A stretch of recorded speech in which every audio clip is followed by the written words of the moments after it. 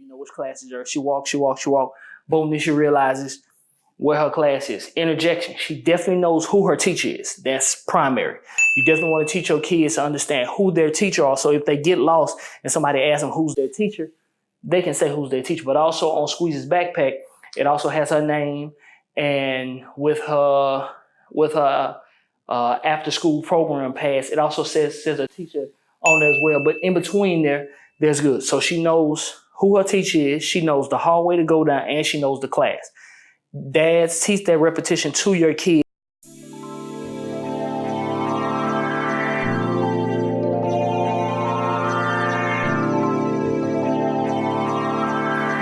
What's good, everybody? Glass, Better Daddy Vlog Life, work vlog, dressing comfortable as hell today. Today's just a dress comfortable day, so yeah, I'm gonna look at it a little different. Check it. Today's vlog. What's up, Crown Royal, Joby?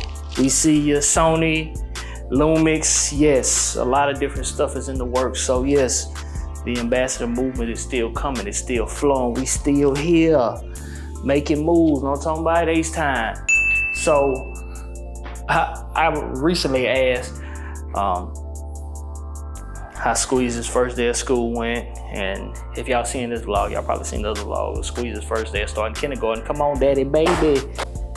Getting up there in the age and shit like that. So a lot of people just asking me how first day of school went and what type of things am I doing as a dad to help that transition, since she's going from pre-K to kindergarten, which is big girl school. And since she's actually in school, how that transition is going. And I've been telling people, like, the best thing that a dad can do for his child, kindergarten, second grade, because after second grade, they a little bit less worried. They kind of understand school a little more, the process. Kindergarten, second grade, hey, you need to pay attention. These are the tips that I think you should be doing. Today, drop Squeeze off at school today. Today was her second day. Before I dropped her off, her lunch was packed in her backpacks. So throughout the curriculum that they give us, she has a snack. They have a snack break, they have lunchtime, and then they back door and have another snack break. No more naps. So Squeeze been good. So she hasn't been taking naps for probably about 5 or 6 months now. So this whole transition of her going without naps is totally fine. Like, she's used to it. So she's not one of those kids that's gonna be cranky or something like that. She's good to go. We open up her backpack, and then we open up her backpack. You know, I show her lunch. Her lunch actually hooks onto the front of her backpack, JoJo Siwa backpack, and then she actually has her snacks inside. So open up her backpack, we entail what are her snacks. So I show her which ones are her snacks. She knows which ones are her snacks. We open up the lunch. I ask her, let her identify what her lunch is, you know, how she eats it, the whole deal. You know, certain kids gonna choose how they gonna eat it, but most of all, she knows which ones are her snacks.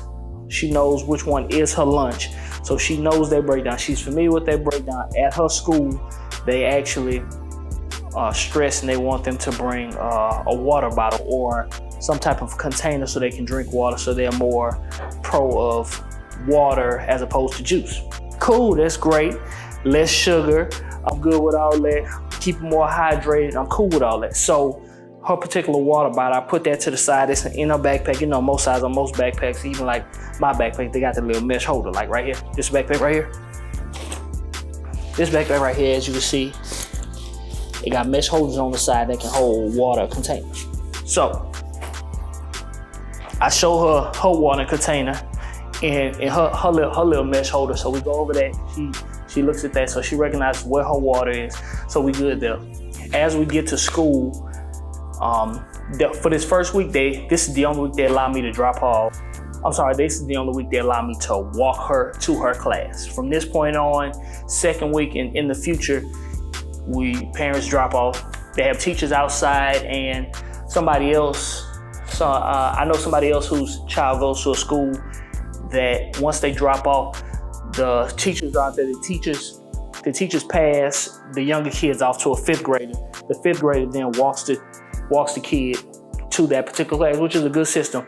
This one, as far as I know, they might be older kids, but in a nutshell, as far as I know, they're just gonna have teachers periodically at each different hallway And as the kids get dropped off, they'll walk through the front entrance or the side entrance, the only two entrances. They're gonna walk through either one of those entrances, and the teacher's gonna help route them to whatever class they need to go.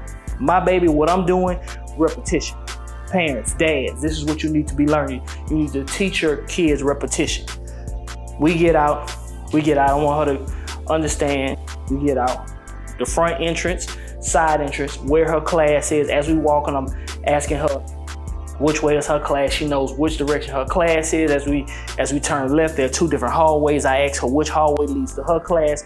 She's able to recognize after 1 day in, well, 2 days we went to orientation, but after that first day, she knows which direction her class is in. So as we get down the hallway, okay, do you know which classroom is yours out of all the different classes on both sides, stuff like that? Do you know which class is yours? She walks. Boom, then she realizes where her class is. Interjection, she definitely knows who her teacher is. That's primary.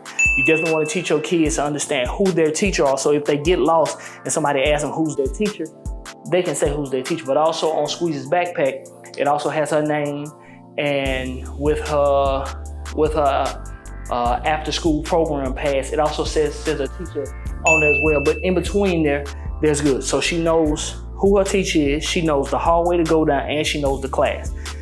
Dads, teach that repetition to your kids, whether it's a boy or a girl, because you want them to get in emotion, because as it becomes repetitive and as you continue with the repetition, it's second nature. So it's second nature, you don't have to think about it, they just naturally do it. And if they naturally do it, that's what makes me as a dad, that's gonna make me feel so much more comfortable with daddy baby, because at least if she knows the repetition, she's good. Whenever they do things with daddy and they do stuff with me, I'm kind of just gonna try to be a creature of habit when I can, especially if it's something positive and something like that, then that's what we're gonna do.